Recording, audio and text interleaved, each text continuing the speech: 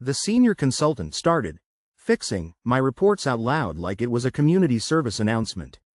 Not privately, not with track changes, in front of the client, with his pen tapping the page like a metronome for my humiliation. At first I told myself it was just his style. Consulting attracts a certain species of person, confident, caffeinated, and allergic to silence. I was a mid-level analyst on a small team, proud of my work, and used to the normal review process. Comments in the doc, a quick Slack, maybe a short call. This was different. He'd wait until everyone was on Zoom and then go, "Actually, that number's not right," or, "We shouldn't phrase it like that," and then he'd rewrite my sentences as if he was doing improv. The first time, I laughed along because that's what you do when someone is publicly sanding you down. The client project manager chuckled too, the polite kind, and I felt my ears get hot. After the meeting, I asked him, casually, if he wanted me to send drafts earlier so he could mark them up before we presented. He gave me a bright smile and said, "No, no. This is faster. We're building trust in real time." That phrase, building trust, became his shield. If I looked annoyed, I was defensive. If I pushed back, I didn't get the optics. Event one that made it sting. He began correcting things that weren't wrong. I'd write, "The rollout risk is moderate due to vendor lead times." He'd say, "Let's not say moderate. It sounds squishy. Say material." Then he'd glance at the client like he'd rescued them from my incompetence. Material wasn't more accurate, it was just louder. He'd swap words like he was playing Wordle with my credibility. Delay became slippage. Problem became challenge. We recommend became our point of view. He was always polishing, but somehow the shine made me look dull. Event 2. He started attaching himself to my work in subtle ways. He'd forward my deck to leadership with a note like, "I've tightened the narrative," even if he'd only changed 3 verbs. Or he'd come back from a client call and say, "They really liked the way I framed the findings," about findings I'd pulled together over 2 long nights. I wasn't naive. Consulting is a credit economy. But there's a difference between sharing credit and siphoning it through a straw.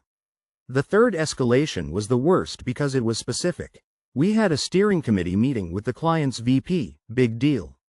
My section was a simple waterfall chart, baseline cost, drivers, projected savings.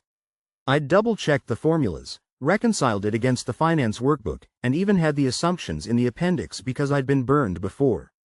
He interrupted right as I started presenting. "Hold on," he said, leaning forward, squinting like he was inspecting a diamond. "That savings number, it should be 3.2, not 3.7. We don't want to overpromise." The client VP raised an eyebrow. Our project manager looked at me like, well, my throat tightened. I knew it was 3.7. I knew it like you know your own birthday. But the room had already accepted his tone, the calm authority of someone correcting a junior. "So I did the thing you do when you're trapped," I said. "Let me validate that offline and send the updated figure." I watched my credibility slide quietly off the table. Right after the meeting, I opened the model with shaking hands. The number was still 3.7. The formula was right. The assumptions were right. I messaged him. "Model shows 3.7. Can you tell me where 3.2 came from?" He replied 5 minutes later, "Let's align later. We should be conservative with clients." Align later. Conservative. Not a source, not a correction, just a vibe. That night, irritation turned into something more suspicious.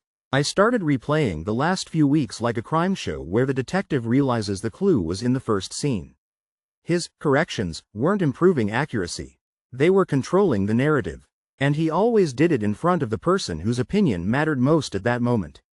I didn't have proof of anything, just that crawling feeling you get when someone keeps stepping on your foot and calling it an accident.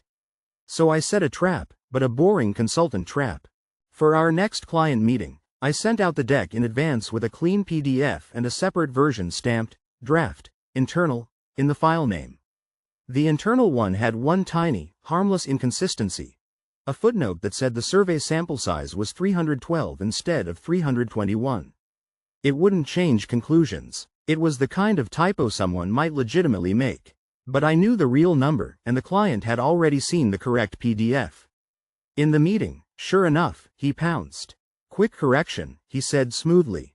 The sample size isn't 312. It's 321.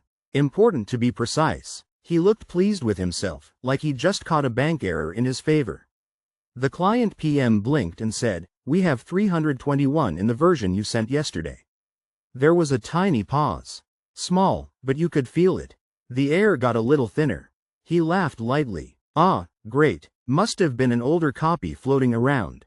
Older copy. Floating around. Like decks reproduce asexually. After the call, I checked the Zoom chat and meeting invite attachments. Guess who had uploaded the draft, internal version to the client calendar entry? Not me. He had. At some point between me sending the files and the meeting, he'd taken the internal draft and shared it like it was the official deck. My hands went cold, but my brain got strangely calm. It explained so much. If he was the one circulating drafts with tiny flaws, he got to correct them publicly.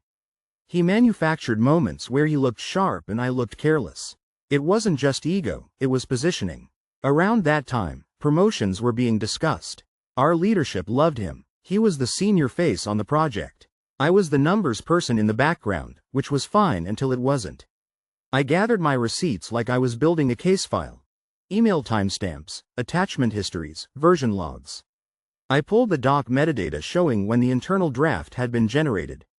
I even screenshotted the calendar entry history showing he'd edited it. Then I did something I'd avoided for months. I went to our manager. I didn't walk in and say, "He's sabotaging me."